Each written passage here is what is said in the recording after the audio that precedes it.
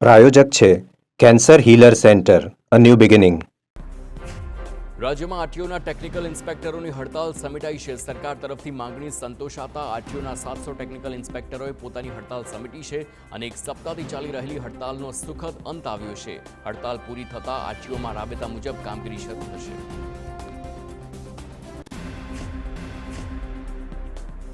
રાજ્યમાં ધાર્મિક ગેરકાયદે બાંધકામ મુદ્દે રાજ્ય સરકારે હાઈકોર્ટમાં સોગંદનામું રજૂ કર્યું, જેમાં સરકારે 1 નવેમ્બર 2024થી 31 જાન્યુઆરી 2025 સુધીમાં 33 જિલ્લાઓમાં કાર્યવાહી કરી હોવાનું જણાવ્યું છે. 156 જેટલા ગેરકાયદે ધાર્મિક દબાણો દૂર કરવામાં આવ્યા. 4 ધાર્મિક સંસ્થાનો અને અન્ય સ્થળને ખસેડવામાં આવી છે. અન્ય ગેરકાયદે ધાર્મિક બાંધકામો સામે કડક કાર્યવાહી કરવા હાઈકોર્ટના નિર્દેશ છે. પાટણમાં ચૂંટણી પ્રચાર દરમિયાન કોંગ્રેસના પૂર્વ ધારાસભ્ય ગ્યાસુદ્દીન શેખે વિવાદાસ્પદ નિવેદન આપતા જણાવ્યું, જેનો જમીર મરી ગયો હોય તે જ ભાજપમાંથી ઉમેદવારી કરી શકે છે. તેમણે ભાજપના લઘુમતી સમાજના ઉમેદવારો માટે આ ટિપ્પણી કરી હતી. તેમણે કહ્યું કે જેનું જમીર વેચાઈ ગયું હોય તે જ ભાજપમાંથી ફોર્મ ભરે. જો ઈમાન જેવું હોય તો ભાજપમાં ઉમેદવારી કરી જ નહીં.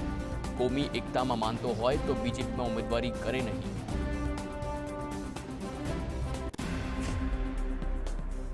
વિરમગામના ડાંગર કૌભાંડમાં ખુલાસો થયો છે. હજુ પણ આરોપી સુફિયાન મંડલીના નામે અનાજની ગાડી નીકળતી રહી છે. 40 દિવસ પહેલા ફરિયાદ નોંધાઈ હોવા છતાં હજુ આરોપી ફરાર છે. પોલીસ મુખ્ય આરોપીને છાવરતી હોવાનો સામાજિક કાર્યકરોએ આક્ષેપ કર્યો છે.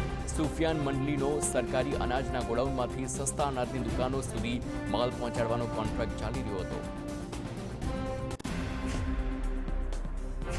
ગુજરાત હાઈકોર્ટની ટકોર અને ડીજીપીના આદેશ બાદ સમગ્ર રાજ્યમાં સરકારી કર્મચારીઓ સામે ટ્રાફિક ડ્રાઈવ યોજાઈ હતી. અમદાવાદ, સુરત, રાજકોટ, વડોદરા તમામ સ્થળો પર સરકારી કચેરી બહાર ડ્રાઈવનું આયોજન કરાયું હતું અને હેલ્મેટ વગર આવનારા કર્મચારીઓ પાસેથી દંડ વસૂલવામાં આવ્યો. તો પોલીસનું માનવું છે કે જો સરકારી કર્મચારીઓ નિયમોનું પાલન કરશે તો લોકો પણ નિયમોનું પાલન કરવા તૈયાર થશે.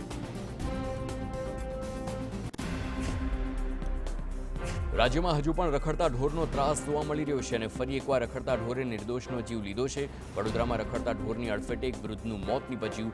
ઢોરે મોપેડ ચાલક વૃદ્ધને અડફેટે લીધા હતા. ગંભીર રીતે ઘાયલ વૃદ્ધને સારવાર માટે ખસેડવામાં આવ્યા, જ્યાં તેમનું મોત થયું છે. વૃદ્ધ સિક્યોરિટી ગાર્ડની નોકરી પતાવી ઘરે આવતા હતા. જામનગરની સરકારી જીજી હોસ્પિટલનો એનેસ્થેસિયા વિભાગ વિવાદમાં સપડાયો છે. પ્રોફેસર ડોક્ટર દીપક રાવલ સામે જાતીય સતામણીની લેખિતમાં ફરિયાદ કરાઈ છે. ડોક્ટર રાવલ ફોટા મોકલીને હેરાન કરતા હોવાનો મહિલા તબીબે આરોપ લગાવ્યો છે. તેમને ડીન સહિતના લોકો ડોક્ટર રાવલને છાવરી રહ્યા હોવાનો પણ દાવો છે. તો બીજી તરફ હોસ્પિટલ તંત્રએ કહ્યું, વિગતવાર તપાસ અને પૂરતી માહિતી બાદ સંસ્થાના વડા કાર્યવાહી કરશે.